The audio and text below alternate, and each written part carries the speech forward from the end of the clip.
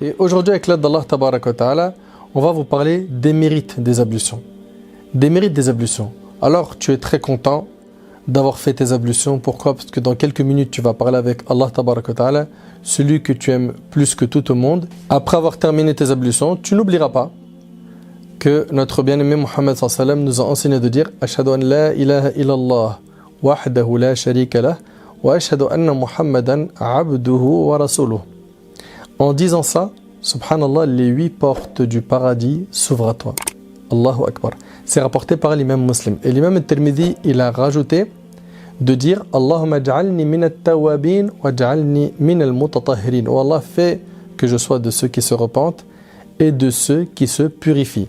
Selon Omar ibn Khattab, le prophète a dit toutes les fois que l'un de vous fait ses ablutions avec le plus grand soin, puis dit j'atteste qu'il n'est de Dieu qu'Allah, n'ayant aucun associé, et j'atteste que Mohammed est son serviteur et messager, aussitôt les 8 portes du paradis lui sont ouvertes et il y entre par celle qui veut, rapporter par Muslim.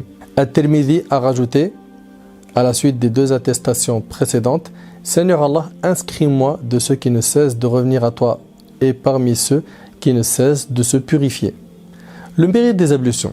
Voyons ensemble le mérite des ablutions. Selon Abu Hurayra radhiyallahu anhu, le prophète a dit le jour de la résurrection, les membres de ma communauté seront appelés, ornés d'une lumière jaillissant de leur visage et de leur corps sous l'effet de leur ablution. Allahu Akbar. Tu auras une lumière, par quoi? Par les ablutions que tu as accomplies dans ta vie d'ici-bas. Dans la suite du hadith, que celui qui peut étendre ce rayonnement le fasse. Et c'est rapporté par Bukhari et Muslim. Et selon Abu Hurayra radhiyallahu anhu, le prophète sallam vint au cimetière et il a dit salut à vous, demeure des gens croyants. Nous devons, si Allah veut, vous rejoindre comme j'aurais bien aimé voir nos frères. Subhanallah. Et là, les gens disent ne sommes-nous point tes frères, ô messager d'Allah? Il dit vous êtes mes compagnons. Mais mes frères sont ceux qui viendront après. Allahu Akbar. Le prophète sallam, il aurait aimé nous rencontrer dans la vie d'ici-bas. C'est pas quelque chose qui touche franchement. Il dit à quoi reconnaîtras-tu ceux de ta communauté qui ne sont pas encore venus? Et là, le prophète sallam a dit que dites-vous d'un homme qui possède des chevaux marqués de blanc sur le front et sur les jambes au milieu d'autres chevaux complètement noirs? Est-il capable de reconnaître ses propres chevaux? Ils lui dirent bien sûr au messager d'Allah. Et là le prophète sallam a dit ils viendront le jour de la résurrection, la face et les membres tout blancs du fait de leurs ablutions, et c'est moi qui leur ouvrirai la route vers le bassin du paradis. C'est rapporté par l'imam Muslim. C'est-à-dire qu'en faisant tes ablutions, tu seras reconnu le jour du jugement par le prophète alayhi salatu wassalam. T'imagines un petit peu? Et selon Abu Hurayra radhiyallahu anhu, le prophète alayhi salatu wassalam a dit lorsque le serviteur musulman ou croyant, il y a un doute du rapporteur, accomplit ses ablutions en commençant par se laver le visage, tout péché commis avec ses yeux s'efface au passage de l'eau ou de la dernière goutte d'eau. Lorsqu'il se lave les mains, tout péché commis avec ses mains s'efface au passage de l'eau ou de la dernière goutte d'eau. Lorsqu'il se lave les pieds, tout péché commis avec ses jambes s'efface au passage de l'eau ou de la dernière goutte d'eau, si bien qu'à la fin, il est pur de tout péché, rapporté par Muslim. Subhanallah, faire les ablutions, ça te permet d'être reconnu par le prophète sallam le jour du jugement. Ça t'efface tes péchés, t'imagines un petit peu?